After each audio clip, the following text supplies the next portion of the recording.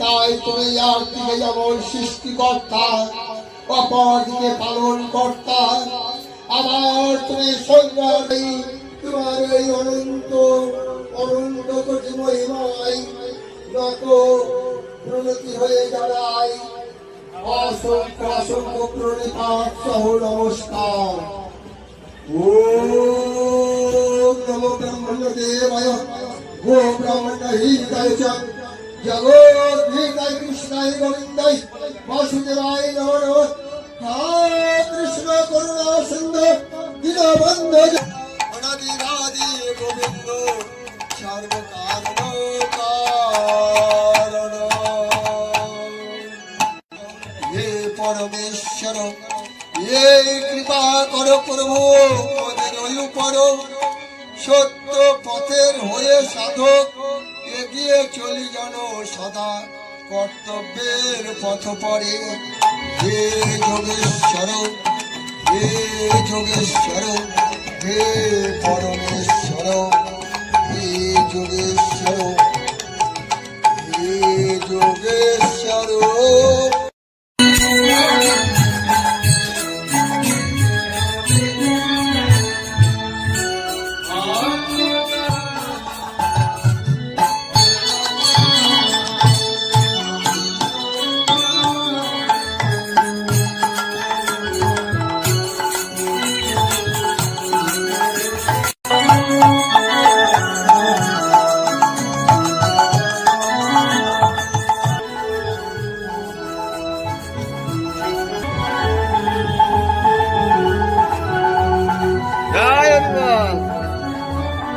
बोलोगा ना ना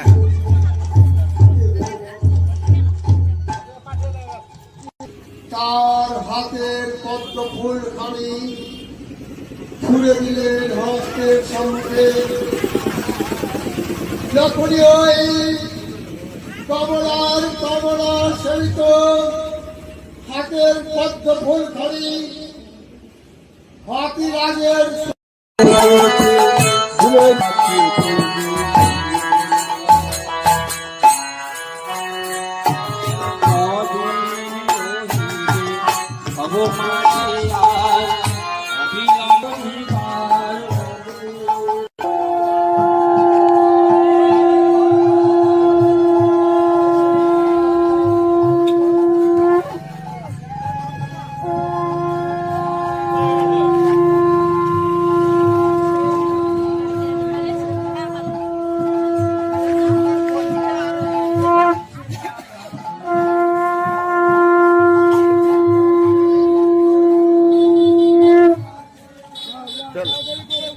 हाँ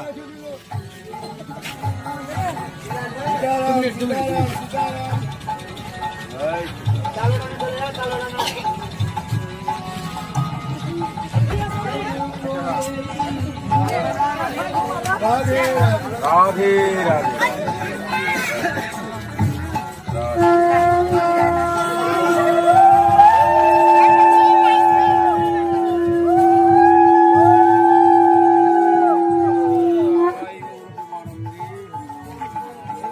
चलो चलो धीरे धीरे चलो।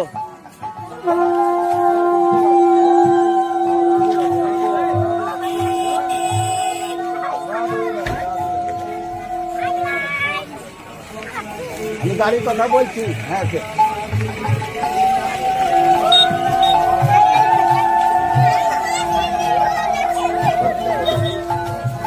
দেখি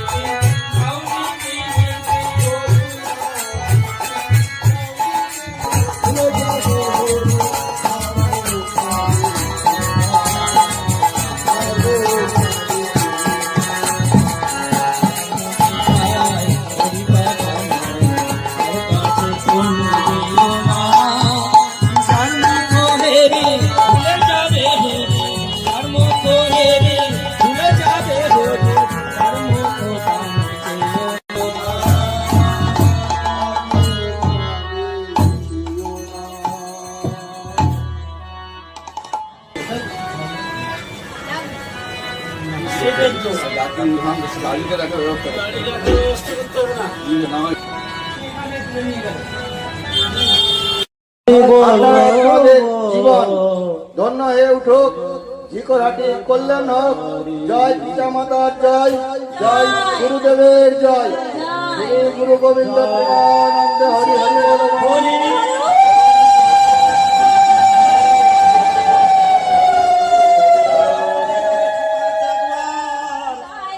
হরি বল।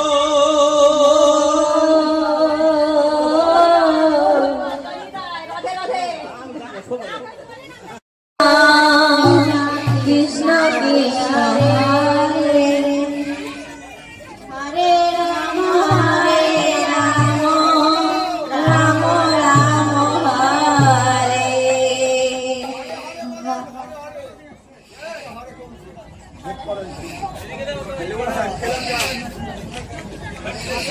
একবার চলে রে আমার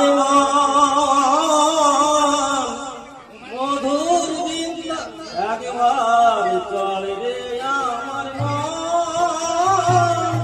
মধুর বৃন্দাবন,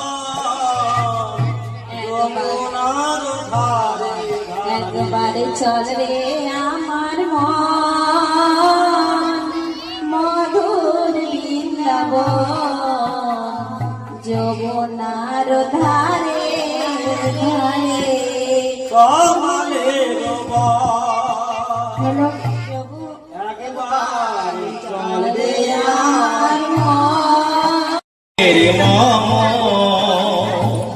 পূর্ণ সম জাগহি কয়ের মম, হরে কৃষ্ণ জাগহে গিরিধারিলা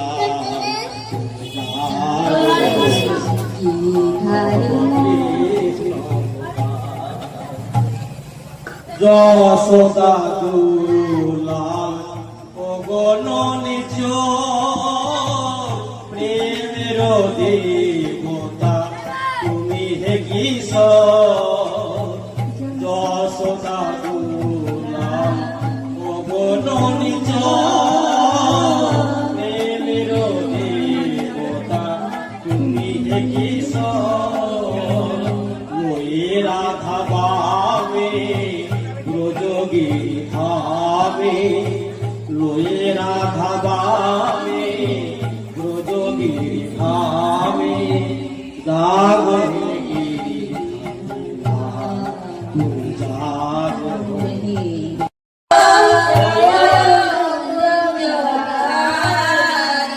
জয় রাধা মাধব, জয় কুঞ্জ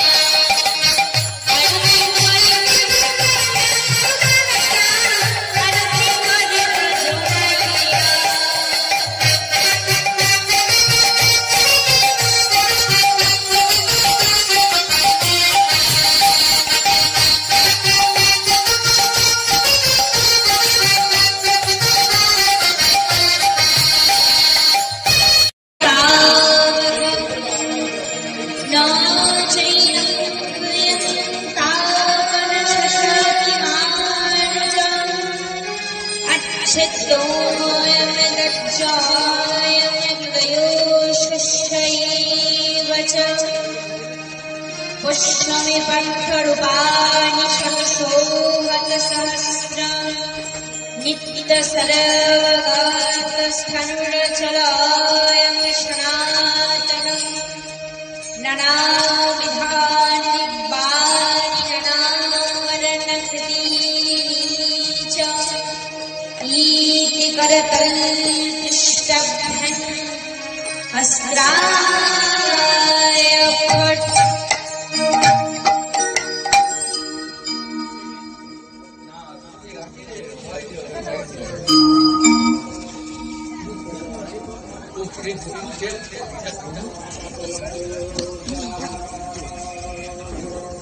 Yeah,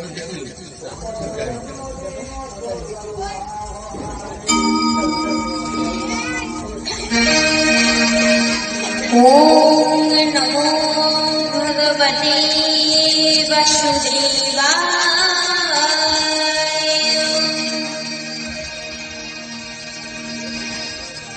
ॐ भद्रं कर्णेभिः शृणुयाम देवा भद्रं पश्येमाक्षभिर्यजत्राः स्थिरैरङ्गैस्तुष्टुं वाशं तनुभिर्व्यसेम देवहीतं जदाय।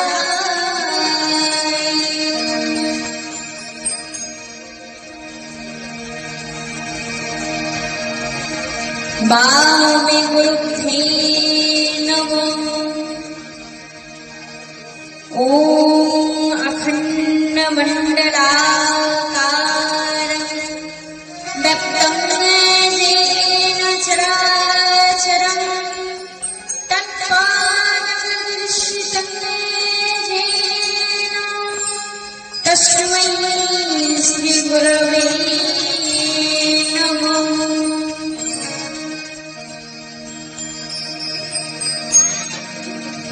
दक्षिणे गणेशाय नमः। ॐ गणेशाय नमः। एकदन्तमहाकाय लम्बोदर गजाननं विघ्ननाशं करदेवं हैरं प्रणामहम्।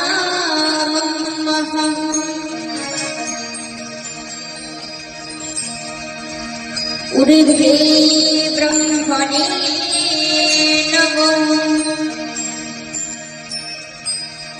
ॐ नमो ब्रह्मण्यदेवाय गोब्रह्मण्यहिताय च जगद्हिताय च कृष्णाय गोविन्दाय नमो नमः।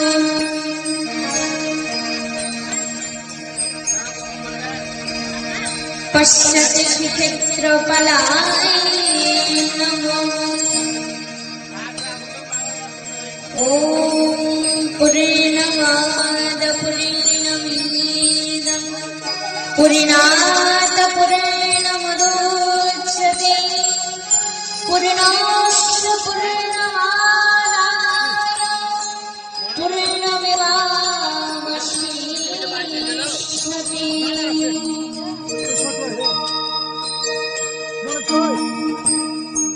सम्मुखे श्री श्री परमात्मस्वरूपिणी श्रीमद्भगवताय नमः।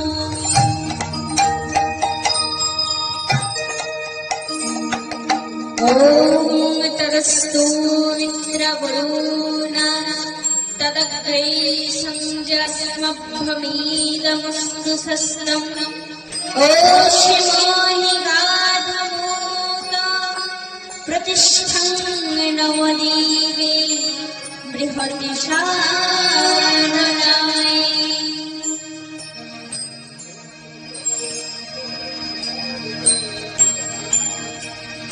ॐ रामाय रामचन्द्राय रामभद्राय वेधसे रघुनाथाय नाथाय सीतया पतये दक्षिणे लक्ष्मणभूमि रामच जानकी शूर पूरतवारिजस्यं तं नमामि रघुत्तमम्।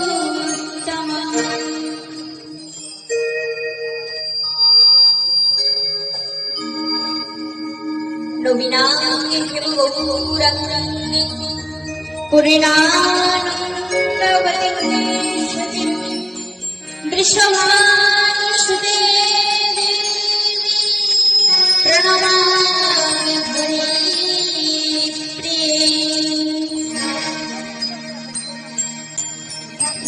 चन्द्रायै तुलसी देव्यै प्रियायै केशवस्य च विष्णो भक्तिप्रदे देवी शक्तवत्यै नमो नमः।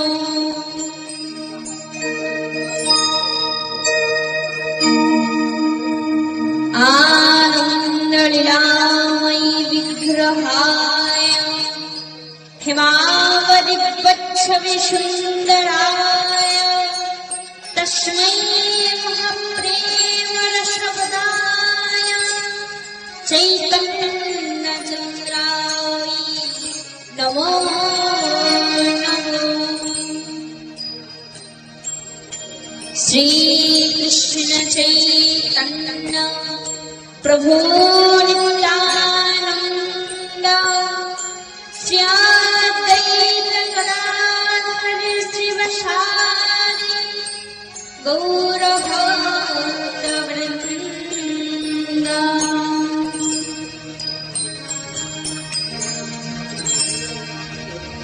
ॐ आवक्ष परमानन्द सर्वव्यापिन जगन्मयी सन्निध पहुड़पलहारी झिगरहाटी ग्रामे पंचमदल उपलक्षे श्रीमद् भगवत पाठाशरे राधया सभमण्डले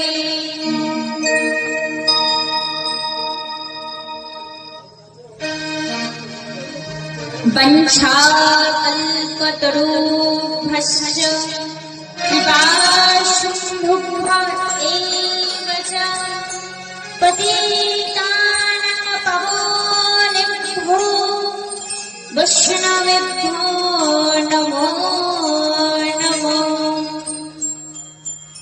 ब्रह्मणेभ्यो नमो नमः। सर्वभक्तेभ्यो नमो नमः।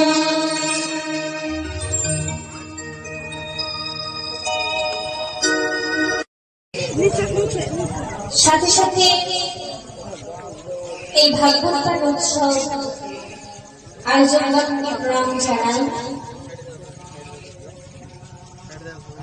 আমার পাশে যিনি বসে আছেন আমার নিজের জ্যেষ্ঠমশাই, সর্বোপরি আমার ভাগবত শিক্ষার গুরু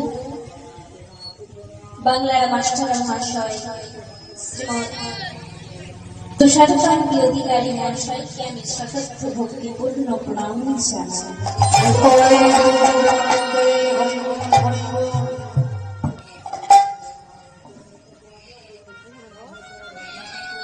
যার দয়ায় আজ আমি ভাগবতের আসরে আপনাদের দরবার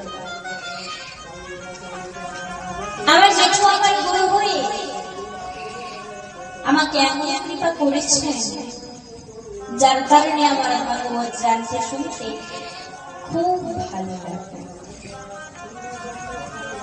আমি আমার জেঠুকে যেমন প্রশ্ন করি না কেন, সেই প্রশ্নের উত্তর অবশ্যই উনি দেন। এ ভক্তগণ জেনে রাখলাম, আমি কিন্তু প্রত্যেক ভাগবতের আসরে আমার মনে নতুন প্রশ্নের উত্তর উপস্থাপন করি।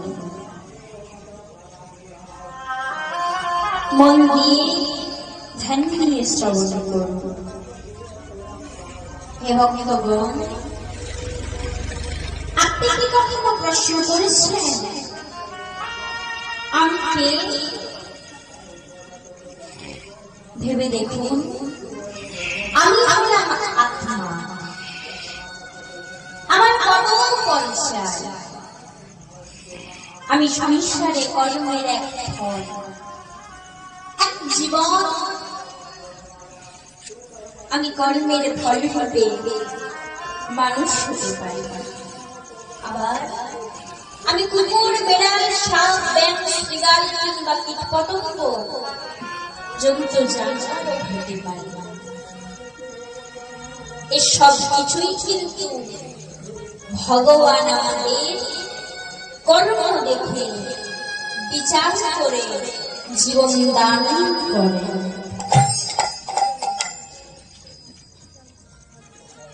হে ভক্তগণ, এই মানুষকে কিন্তু আমরা কেউ জানি। শ্রীহরির অসীম কৃপায় এই মানব জন্ম পেয়েছি। তাই পদকর্তা বলছেন, তুমি জন্ম নামে জন্ম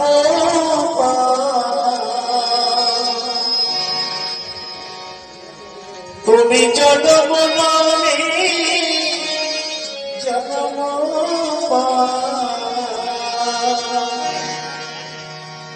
হরির কৃপা হরে তোমার জীবন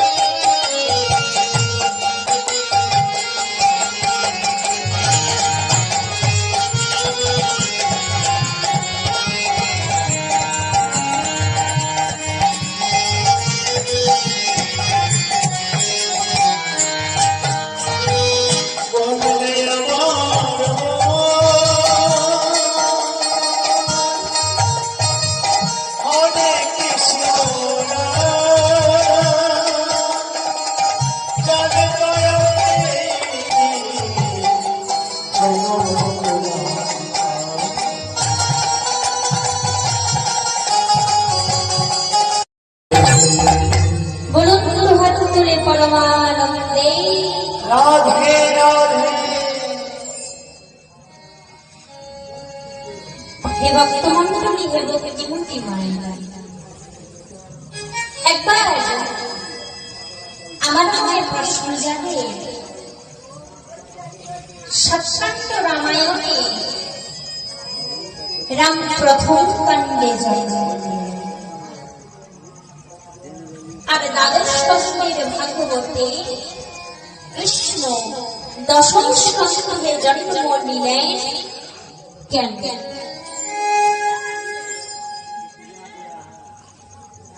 আমার দ্বিতীয় প্রশ্ন, 18টি পুরাণের মধ্যে শ্রীমদ্ ভাগবত মহাপুরাণ বেশি পাঠ হয় কেন?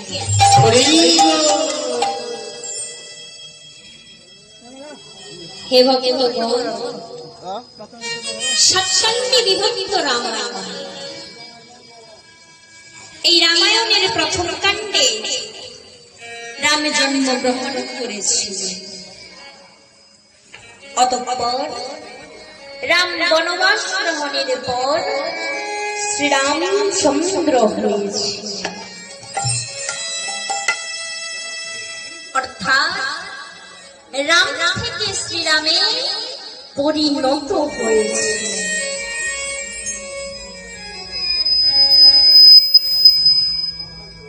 কিন্তু শ্রীমদ্ ভগবত দ্বাদশ স্কন্ধে অর্থাৎ 12টি খণ্ডে লেখা সমগ্র গ্রন্থটি, এখানে ভগবান শ্রীকৃষ্ণ প্রথম খণ্ডে জন্মগ্রহণ করেন। শ্রী ভগবান আমার দশম খণ্ডে অর্থাৎ দশম স্কন্ধে জন্মগ্রহণ করেছে কেন?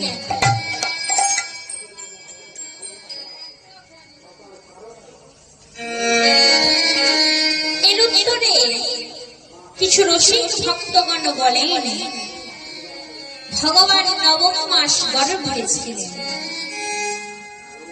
আর তাই ভগবান দশম স্কন্ধে জন্ম।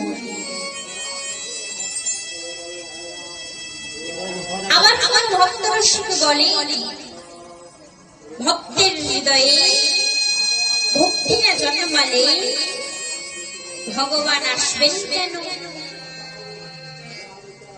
কি মায়েরা, ভক্তের হৃদয়ে ভক্তি জন্মালে ভক্ত আকুল হয়ে ভগবানকে ডাকবে।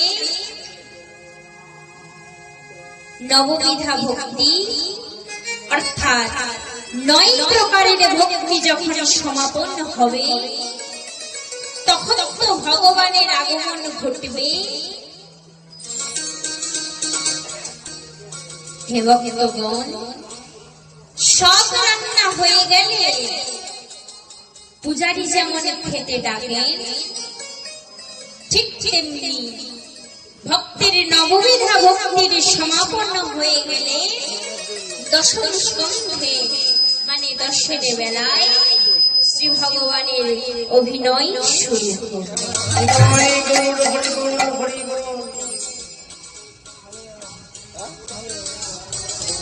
এ তো খুবই যুক্তিপূর্ণ। আবার কোন ভক্তরসিক বলে দেহের মধ্যে দ্বাদশ অঙ্গ আর ভাগবতী দ্বাদশ অঙ্গ। দ্বাদশ অঙ্গের মধ্যে দশম অঙ্গ হল হৃদয়, অন্তর। শ্রী ভগবান আমার হৃদয়ে থাকে, তাই শ্রীকৃষ্ণ ভগবান শ্রীমৎ ভগবতের দশম স্কন্ধে জন্ম নিলেন।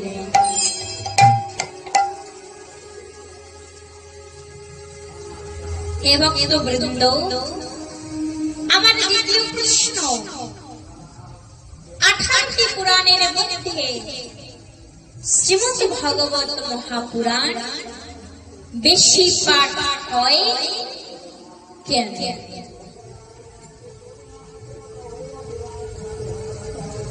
12 বছর থেকে 125 বছর লীলাকাল পর্যন্ত অর্থাৎ 113 বছর উদ্ধব শ্রী ভগবানের সঙ্গে ছিল।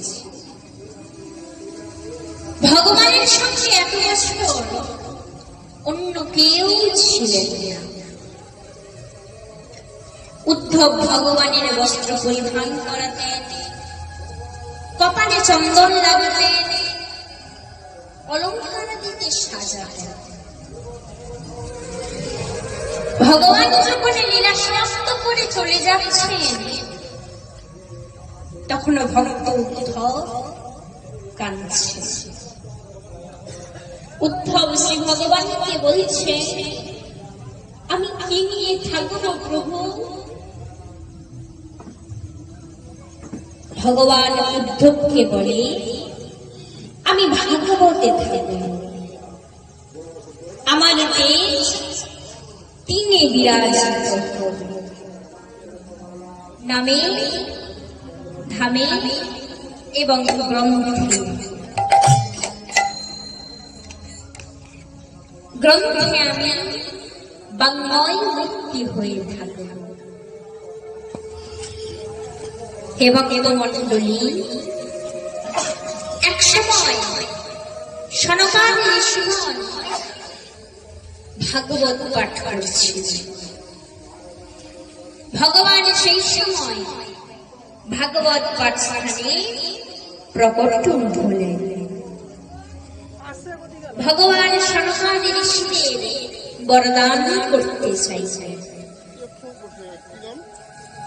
সনকাদি ঋষিগণ বলে, বর যদি দিতে চান প্রভু, তাহলে এই বর দিন যেখানে ভাগবত পাঠ হবে আপনি ভাগবত আসরে অবশ্যই উপস্থিত থাকবেন।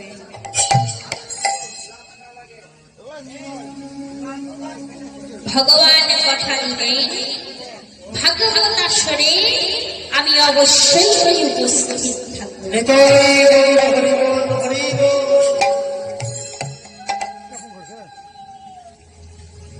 হে ভক্ত মণ্ডলী, আমরা আম খাবো। সকল বাণী পরম মঙ্গলপ্রদ আসক্তি বিদ্বেষ শূন্য সাধুগণ এই শ্রীমদ ভগবত ধর্মগ্রন্থকে গ্রহণ করেছে।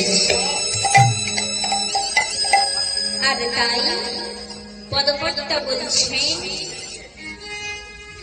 ভগবানের লীলা যত, ভগবানের লীলা যত শ্রীমদ ভাগবতেতে, তাই কৃষ্ণ প্রেমী মাতে ভাগবতেতে। ভগবানের লীলা যত, ভগবানের লীলা যত শ্রীমদ ভাগবতেতে, তাই কৃষ্ণ প্রেমী ভাগবতেতে, কৃষ্ণ প্রেমী ভাগবতেতে।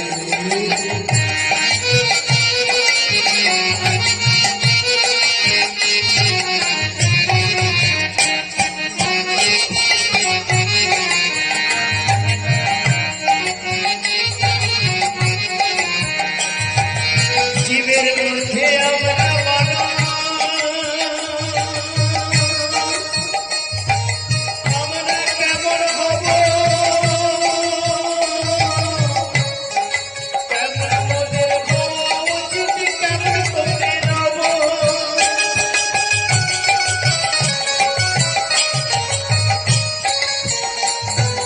জীবের মধ্যে আমরা মানো, আমরা কেমন হব, কেমন আমাদের হওয়া উচিত, কেমন করে নব। এই প্রভুর লীলায় মধুর করে, এই প্রভুর লীলায় মধুর করে দেখায় লীলাতে, তাই কৃষ্ণ প্রেমী মাতে ভাগবতেতে, তাই কৃষ্ণ প্রেমী মাতে ভাগবতেতে।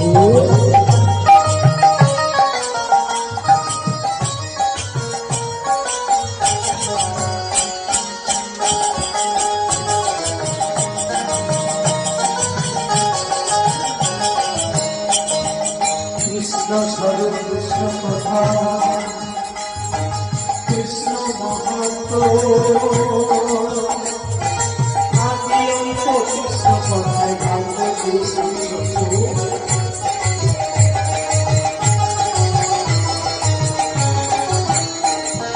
কৃষ্ণ কথা কৃষ্ণ স্বরূপ, কৃষ্ণ মহাত্ম, আদি অন্ত কৃষ্ণ কথায় ভাগ্য কৃষ্ণ স্বরূপ। কৃষ্ণ স্বরূপ কৃষ্ণ কথা কৃষ্ণ মহাত্ম, আদি অন্ত কৃষ্ণ কথায় ভাগ্য কৃষ্ণ স্বরূপ। তাই চলে যাই ভক্ত বলে, তাই চলে যাই ভক্ত বলে ভাগবত পথে, তাই কৃষ্ণ প্রেমী মাতে ভাগবতেতে, তাই কৃষ্ণ প্রেমী মাতে ভাগবতেতে।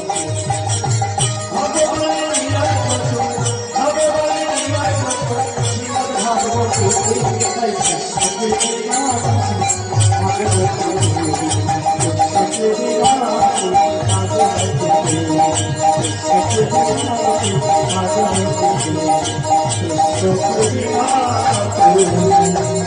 ভাগবতেতে। বলুন বন্ধু হাত তুলে পরমানন্দে রাধে রাধে। সৃষ্টির ভিত হলো মমতা, জীবনের উদ্দেশ্য হলো প্রেম। তাই ভগবান ধরিত্রীর মমতায় কখনো মৎস্যের রূপ ধারণ করেছে,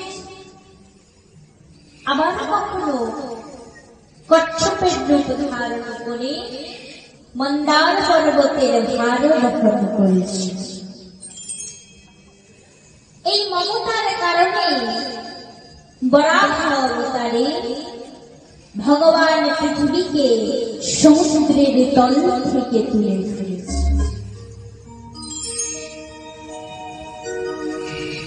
কখনো প্রহ্লাদকে রক্ষা করতে গিয়ে নরসিংহ রূপে ধারণ করে অধর্মের বিরুদ্ধে রুখে দাঁড়িয়েছে। এই মমতার বসেই ভগবান বামন রূপে তিনটি পদক্ষেপে ত্রিলোক পরিমাপ করতে শিখিয়েছে।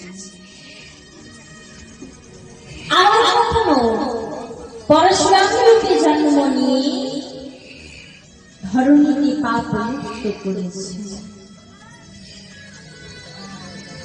ভগবান শ্রীরাম রূপে জন্ম নিয়ে একজন নয় তিনজন মাতার স্নেহ লাভ করেছে।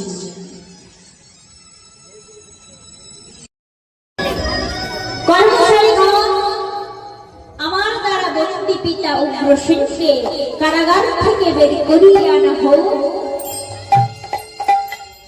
বন্দী পিতা উগ্রসেনকে দেবকী একবার দেখে নিই।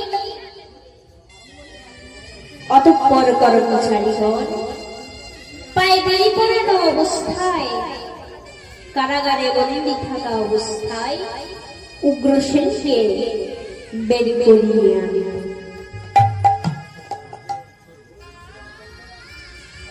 দেবকী পিতার এই বন্দী দশা দেখে কান্নায় ভেঙে পড়ে।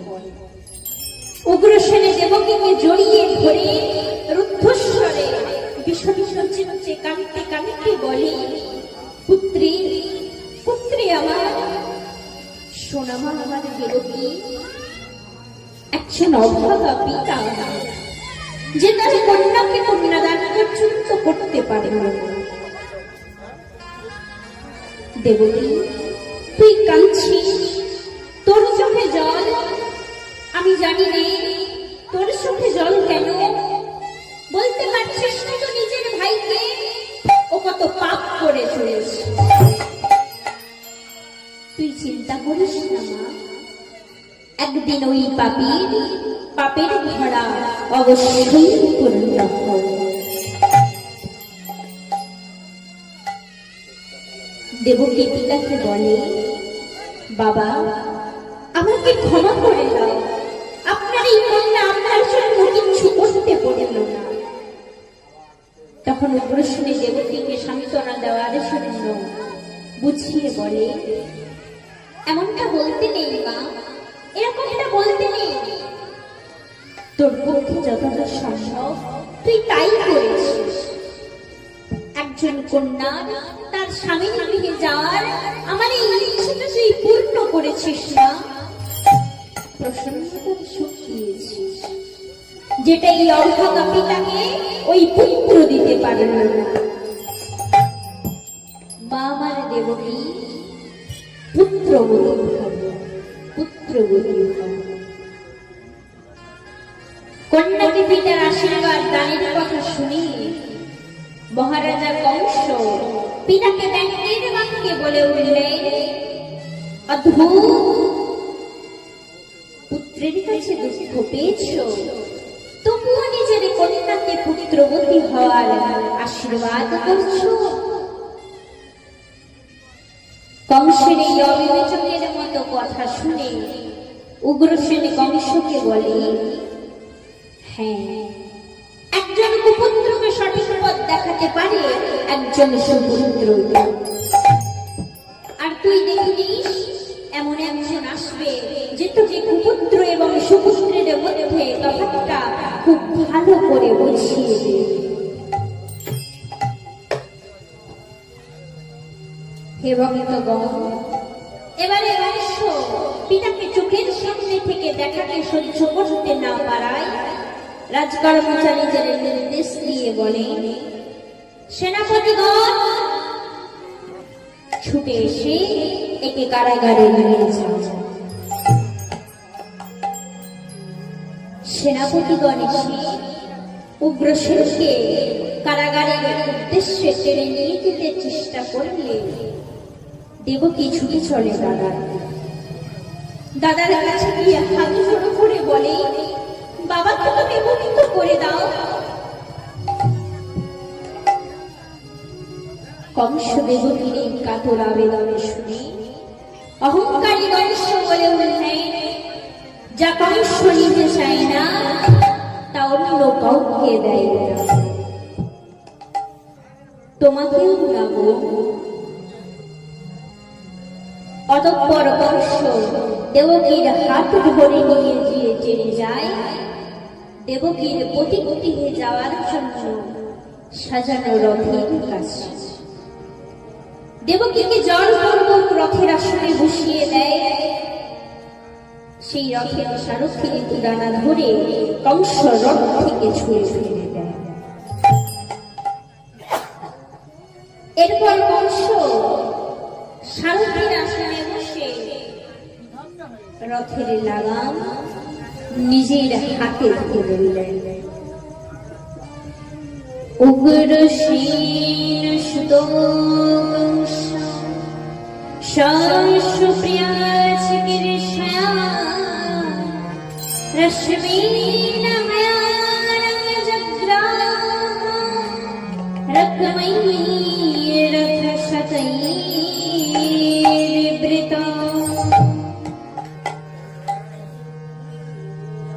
পতি গৃহে যাবেন বসেছেন রথে, সেই রথে লাগাম এখন কংসের হাতে। দেবকীর পতি গৃহে যাওয়ার মুহূর্তে দেবকীর এই কান্নাকাটি, বাবার সঙ্গে বাকি গেল, এগুলো অহংকারী কংসের একদম ভালো লাগে। তা সত্ত্বেও যত যত বাক্যালাপ হয়েছে এতে কংসের ধৈর্যের বাঁধ ভেঙে গেছে। তাই কংস অনেক বিরক্তির সহিত বলে উঠলেন, অনেক হয়ে গেছে দেবকী, এবার আমি স্বয়ং তোমায় বিদায় জানাবো। এদিকে বৈকুণ্ঠে দেবদেবীগণ দেখছেন এই দৃশ্য। একজনে দেবী বলে উঠলেন, দেবকীর কত দুঃখ। হে ভক্তগণ, বৈকুণ্ঠে সকল দেবদেবীগণ ফুল বর্ষণ করে। এই ফুল দেবকীর রথে এসে পড়ে। এই ফুল বর্ষণ দেখে অহংকারী কংস বলে উঠলেন, দেখো দেখো দেবকী, তুমি অকারণে চিন্তা করছো, কান্নাকাটি করছো। দেবতারা আজ প্রসন্ন, তাই পুষ্প বর্ষণ করেছে। আর তোমার ভাইকে নমস্কার জানাচ্ছি এই মহান বিবাহ উৎসবের জন্য। আর এই মুহূর্তে প্রবল ঝড় ওঠে, ধুলি উড়ে গাছের পাতা সব সরে যাচ্ছিল। কেউ চোখ মেলে চাইতে পারছিল না, কেউ কাউকে দেখতে পাচ্ছিল না। এমন সময় আলোর জ্যোতি ঝরে পড়ল। দৈববাণী হয়, মূর্খ কংস, দেবতারা আজ প্রসন্ন, কারণ তোর কারণে নয়, বরং সেই উৎসবের জন্য যা ভবিষ্যতে খুব শীঘ্রই সম্পন্ন হবে। এই পুষ্পবর্ষণ তুমি সম্মান জানানোর জন্য নয়, বরং কাউকে আহ্বান জানানোর জন্য করা হচ্ছে। এক অদ্ভুত ঘটনা ঘটতে চলেছে, আর যেদিন সেই ঘটনা ঘটবে সেই দিনও বাঁশির সুর শোনা যাবে। কাল রাত্রিতে আষাঢ় কিরণ জেগে উঠবে, শঙ্খধ্বনি বেজে উঠবে। সময় ঘনিয়ে এসেছে যখন তোর পাপের শাস্তি দিতে, তোর হয় চক্র হাতে উনি আসবেন। দেবকীর কোলে ধরণীর বুকে জন্মগ্রহণ করবেন দেবগণের অধিপতি।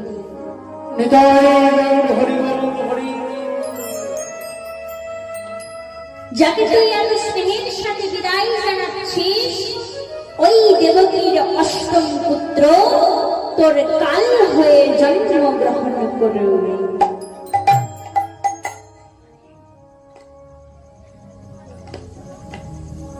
হে ভক্ত মণ্ডলী, আকাশ থেকে যে দৈববাণী হয়, এই দৈববাণী উগ্রসেন কারাগার থেকে শুনতে পাচ্ছে।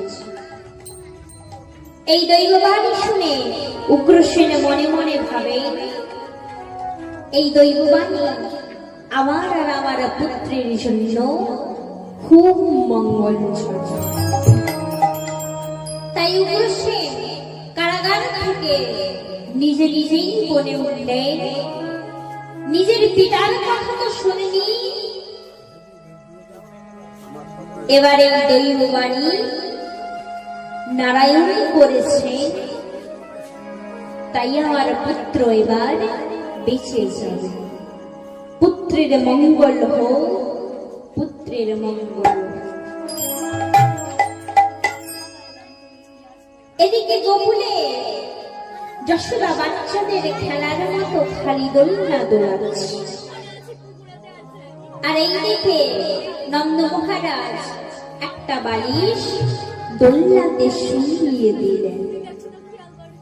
যশোদা দোলনার দড়ি ধরে টানতে টানতে বলে, দেখুন আর এই দড়ি ধরে টানলে দোলনার কাছে চলে আসে। আমার বিশ্বাস একদিন আমার সন্তানও আমার ডাকে নিশ্চয়ই আমার কাছে চলে আসে। আমার স্বপ্নে দেখা,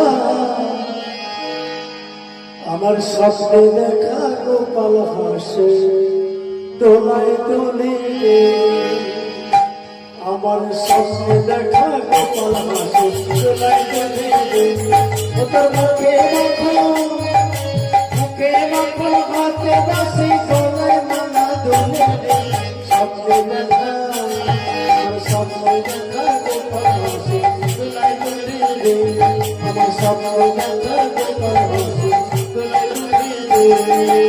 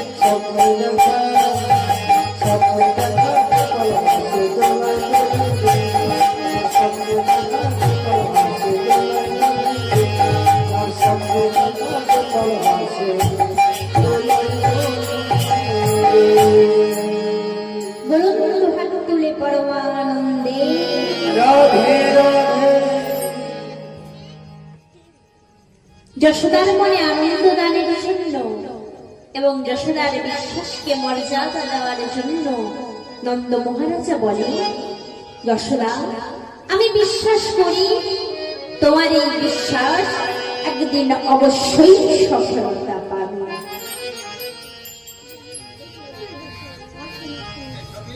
হে ভক্তগণ, এদিকে আকাশ থেকে ঘোষিত দৈববাণী শুনে অহংকারী কংস বিরক্ত ও ব্যতিগ্রস্ত হয়ে বলে উঠলেন, আমি বহুক্ষণ ধরে শুনছি এই দৈববাণী। সৈন্যগণ, বন্দী করো এদের কারাগারে। আজ মধ্যরাতে দেবকীর মৃত্যুর সাথে সাথে এই আকাশবাণীরও মৃত্যু হবে।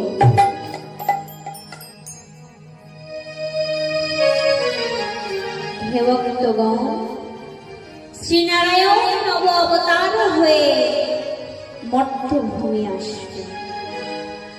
তাই বৈকুণ্ঠে সকল দেব দেবীগণ একত্রিত হয়েছে ভগবান জনকক্ষণকে আনন্দময় আলোকোজ্জ্বল করে তোলার জন্য। সকল দেব দেবীগণ পরিকল্পনা জন্মগ্রহণ করুন।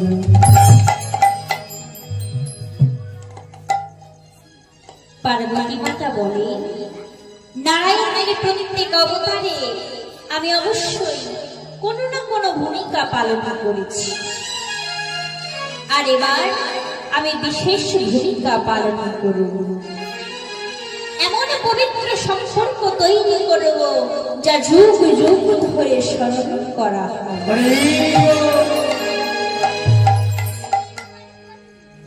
হে ভক্তগণ, আর এই সময় বৈকুণ্ঠে 6 জন কুমার করজোড়ে প্রভু শ্রীনারায়ণের কাছে এসে বলছে, সাহায্য করুন প্রভু, সাহায্য করুন আমাদের।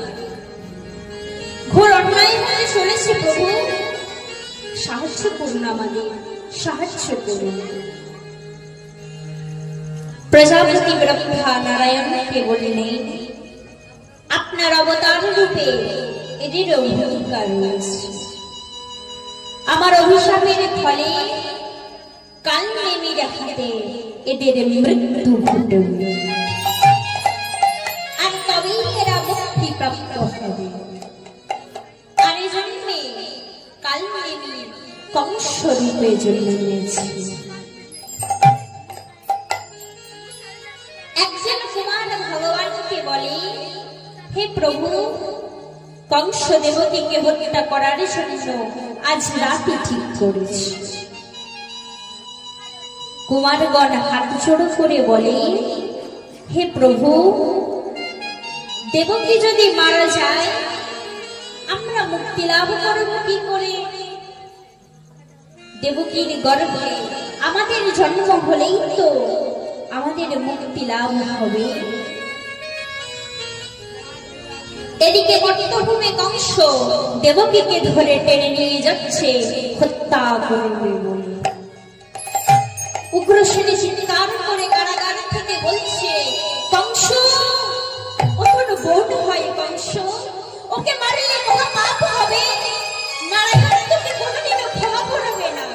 ছেড়ে দে কংস, ওকে ছেড়ে দে। কংস পিতার বারণ উপেক্ষা করে বোনকে টেনে নিয়ে গিয়ে মাটিতে ফেলে দেয়। এরপর তলোয়ার করতে যায়। আর এমন সময় নারদ ঋষি কংসের সম্মুখে উপস্থিত হয়ে খঞ্জনি বাজাতে বাজাতে বলে, নারায়ণ নারায়ণ। কি দেখছি আমি মহারাজা কংস? সামান্য একটা ভবিষ্যৎবাণীর ভয়ে নিজেরই বোনের প্রাণের নিতে নিয়ে চলেছে। সংসারে সবাই কি ভাববে? উনি ভয় পেয়ে গিয়ে নিজের বোনের প্রাণ নিয়ে নিলেন। নারদের এই কথা শুনে কংস বলে, ভয়ের সাথে কংসের কোনো যোগ নেই নারদ। কংস ভয় পায় না, কংস ভয় দেখায়। আর আজ ওই দেবতারা ভয় পাবে। দেবর্ষি নারদ কংসকে বলে, দেবতাদের আর তাদের আগে বাঁচেনি, কিন্তু আপনি তো মর্তলোকের মহারাজ। মানুষেরা কি ভাববে? ওরা তো এটাই ভাববে না যে সাধারণ একটা মায়ার কথায় আপনি বিশ্বাস করে নিজের বোনের প্রাণ নিয়ে নিলেন। আর তখন কি আর ওরা আপনাকে ভয় করবে? ওদের মনে যদি আপনার প্রতি ভয় না থাকে, তাহলে তো কংস বেঁচে থাকা সত্ত্বেও মরে যাবে। নারায়ণ নারায়ণ। নারদের এই পরামর্শের কথা শুনে কংস বলে, যদি এমনটাই হয় তাহলে আমি প্রমাণ করব কংস কাউকে ভয় পায় না।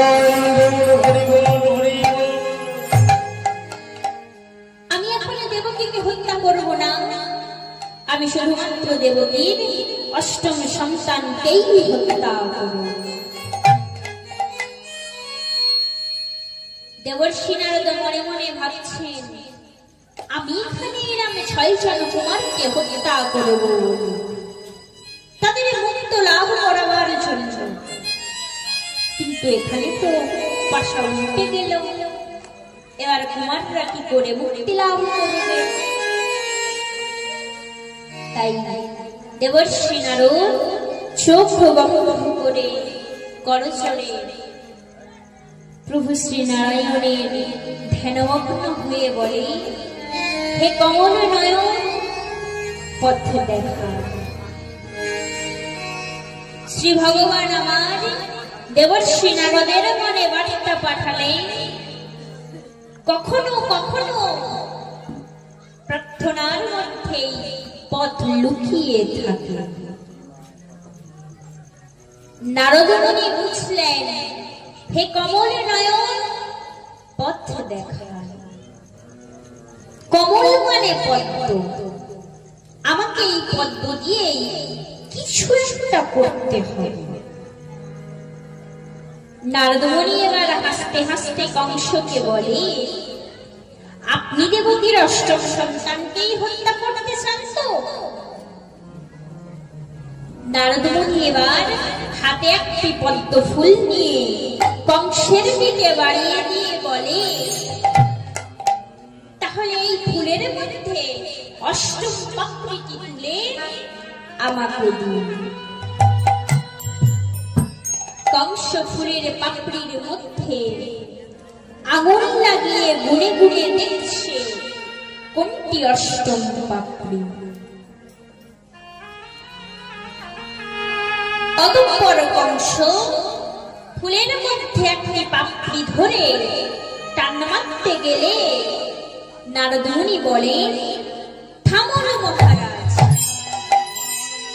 আপনাকে শুধুমাত্র অষ্টম পাপড়িটাই ছেড়তে হবে। কংস বলে, এটাই অষ্টম পাপড়ি। নারদ মুনি বলে, তাহলে আমি যদি পদ্মটাকে একটু ঘুরিয়ে দিই। এবার বলুন মহারাজ, অষ্টম পাপড়িটি কোথায় গেল? কংস ফুলের মধ্যে কোনটা অষ্টম পাপড়ি তা বুঝতে না পেরে নারদ মুনিকে বলে, এ তো একটা ধাঁধা দেখছি নারদ। অতঃপর দেবর্ষি নারদ কংসকে বলে, গণনা একটা ভীষণ জটিল খেলা, দেবতাদের দ্বারা ছড়ানো অন্ধকারের মতো। এই পদ্মটার পাপড়িগুলোর মতো। নারদের কথা শুনে কংস বলেন, ঠিক বলেছ নারদ, এবার আমি দেবকীর 8 সন্তানকেই হত্যা করব। এই বলে মহারাজা কংস নারদের হাত থেকে পদ্ম ফুলটি নিয়ে হাত দিয়ে চেপে দোলে দিলেন। নারদ মুনি হাসতে হাসতে বলেন, নারায়ণ নারায়ণ।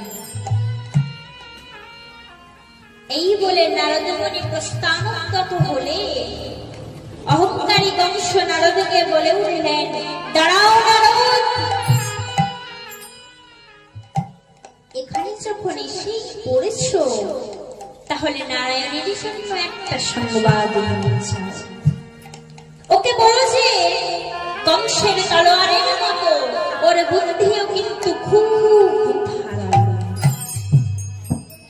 তুমি যখন এখানে এসেছিলে আমি তখনই বুঝেছিলাম নারায়ণ তোমাকে আমায় উত্তেজিত করতে পাঠিয়েছে। এরপরে যখন তুমি দেবকীকে না মারার কথা বললে তখন আমি বুঝেছি নারায়ণের জন্ম নিতে চাই। আর তারপর যখন সব সন্তানদের মারার কথাটা বললে তখন আমার কাছে স্পষ্ট হয়ে গেল নারায়ণ কোনো না কোনো ভাবে চায় আমি দেবকীর সব সন্তানকেই হত্যা করব। আমি রাজি হলাম এজন্য নয় কারণ আমি নির্ভুল, কিন্তু এজন্য যে আমি নির্ভীল। আমি যদি চাইতাম দেবকীকে মেরে ওর সন্তানদের জন্ম দেওয়াটাই আটকে দিতে পারতাম।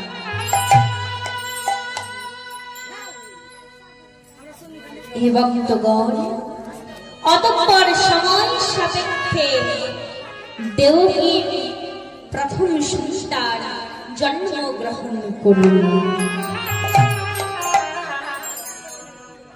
এই সংবাদ কংসের কাছে যায়।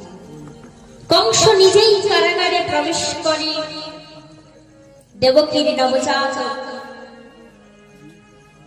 শিশুর সম্মুখে উপস্থিত হলেন। এমত অবস্থায় শিশুটি চোখ বন্ধ করেছে, আর কাঁদেনি। কংস তাই দেখে হাসতে হাসতে বলে, আমার ভাগ্নে খুব বুদ্ধিমান, ও জানে আমার মামা কান্না পছন্দ করে না। কংস বলে দেবকীকে বলে, দেবকী আমার ভাগ্নিকে আমার কোলে দাও, দাও দাও, আমার ভাগ্নিকে আমার কোলে দাও। দেবকী দাদাকে দিতে না চাইলে কংস এবার জোরপূর্বক দেবকীর কোল থেকে ছিনিয়ে শিশুটি চোখ বন্ধ করেছিল। কংস বলে, তোমার প্রিয় মামার মুখটা তো একবার দেখো, এটাই তোমার প্রথম এবং শেষ দেখা হবে। শিশুটি চোখ মেলে কেঁদে ওঠে। কংস কারাগার থেকে বেরিয়ে যায়। মাতা দেবকী সন্তান বিরহে চিৎকার করে কাঁদতে থাকে। কংস দেবকীর নবজাতককে কারাগারের বাইরে আছড়ে মেরে ফেলে দিল। কংস এবার অহংকার করে বলে উঠলেন, দেখলে নারায়ণ,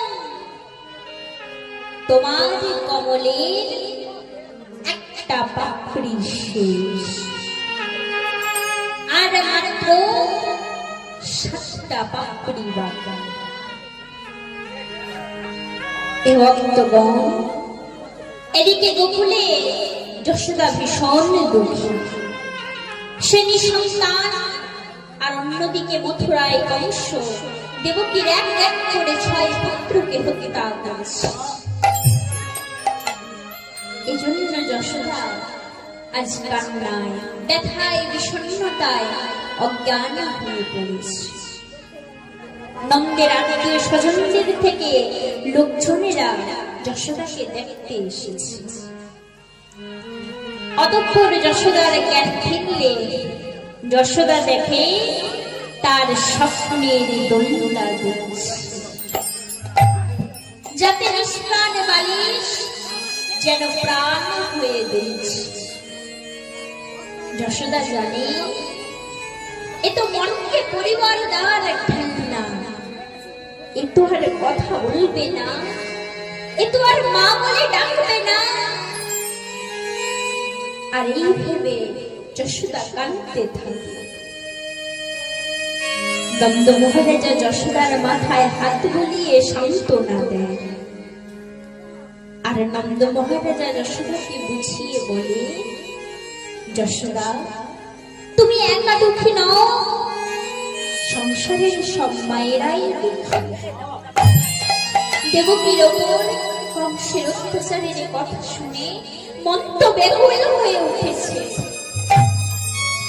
বিশ্বাস রাখো যশোদা, দৈববাণীর ওপর বিশ্বাস রাখো, এই আতঙ্ক একদিন শেষ হবে।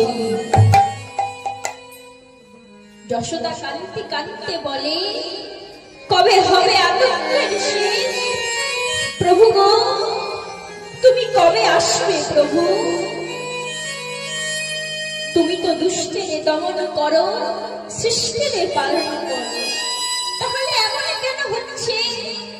তুমি কি জানো না প্রভু, মায়ের কোল থেকে সন্তান কেড়ে নিয়ে সেই মায়ের চোখের সামনে যদি তার সন্তানকে হত্যা করা হয় কতটা কষ্ট হয়?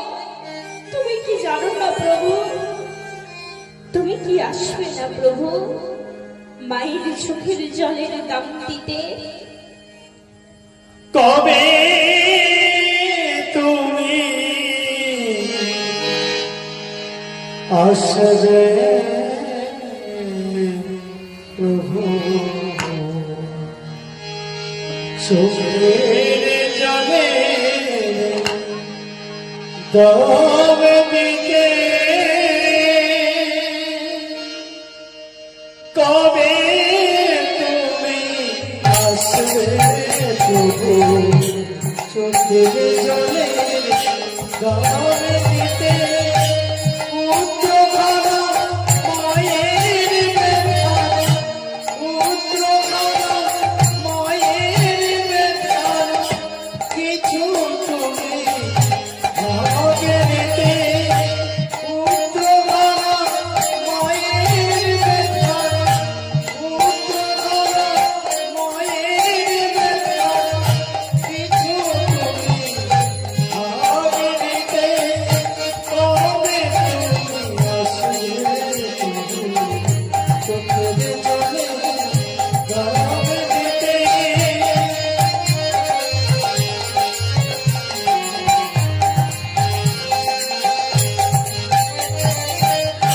চোখের জলে দুটো ভাষায় দেবকে, চোখের জলে দুটো ভাষায়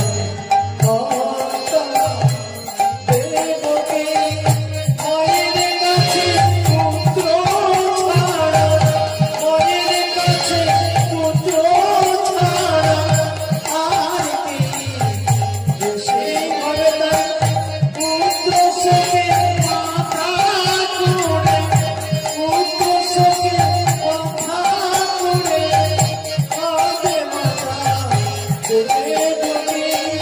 কবে তুমি আসবে চোখের জলে দাম দিতে? কবে তুমি আসবে চোখের জলে দাম দিতে? পুত্র হলো মায়ের ব্যথা, পুত্র হলো মায়ের ব্যথা, কিছু তুমি ভাবে দিতে? কবে তুমি আসবে চোখের জলে দাম দিতে? কবে তুমি আসবে চোখের জলে দাম দিতে? বলুন দুহাত তুলে পরমানন্দে রাধে রাধে। যশোদা মাতা বলে, এক পুত্রের জন্য আমার হৃদয়ে ব্যাকুল, আজ অব্দি আমি মা হতে পারলাম না, কিন্তু তাও সন্তান হারানোর যন্ত্রণা আমি বুঝি।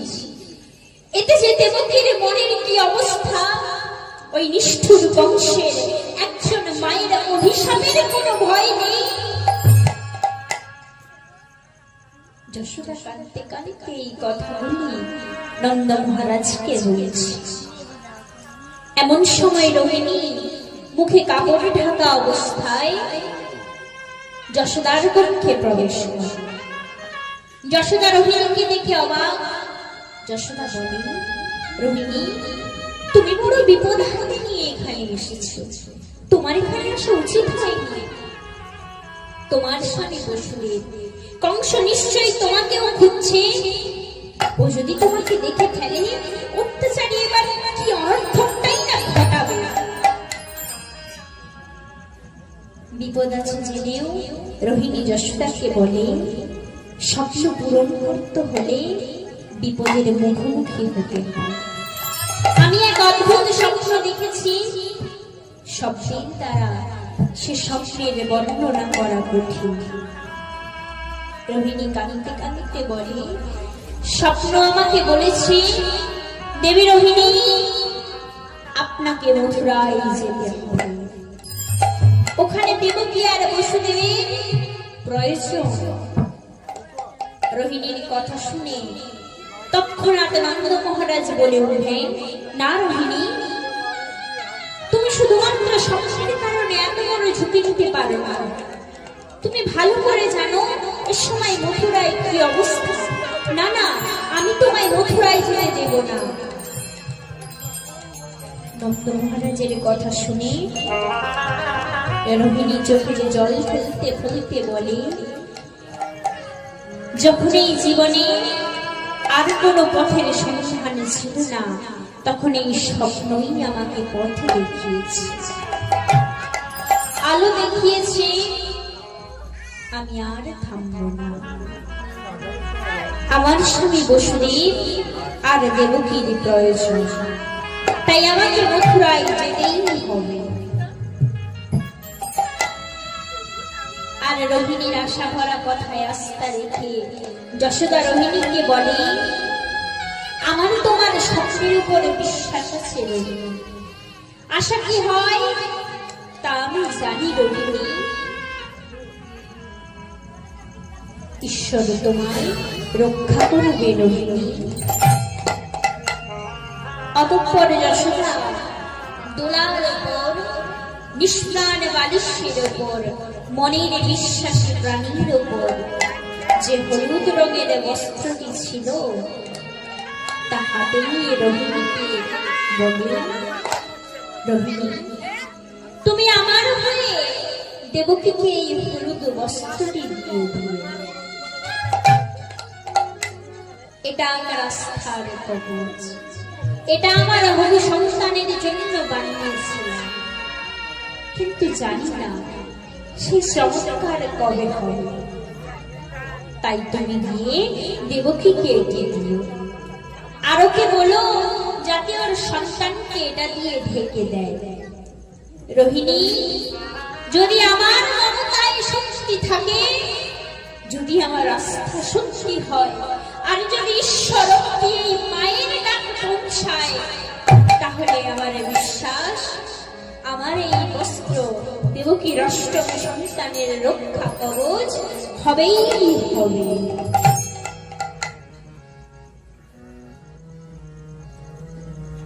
হে ভক্ত মণ্ডলী, রোহিণী এখন হলুদ বস্ত্রটি নিয়ে মথুরার জন্য প্রস্থান করিল। এই মুহূর্তে একটা দমকা বাতাস বইতে থাকে। যশোদা রোহিণীর দেওয়া হলুদ বস্ত্রটি হাতে নিয়ে গায়ে কাপড় ঢাকা দিয়ে শ্রী ভগবানের হাজারবার নাম স্মরণ করতে করতে স্বপ্ন পূরণের আশায় দুর্ভাগ্যকে সৌভাগ্যে পরিণত করার কর্ম করতে হেঁটে চলেছে। এমন সময় পরিবেশ বড় ঝড় ঝঞ্ঝামা, বিদ্যুৎ চমকাচ্ছে, বাতাস দ্রুত বইছে।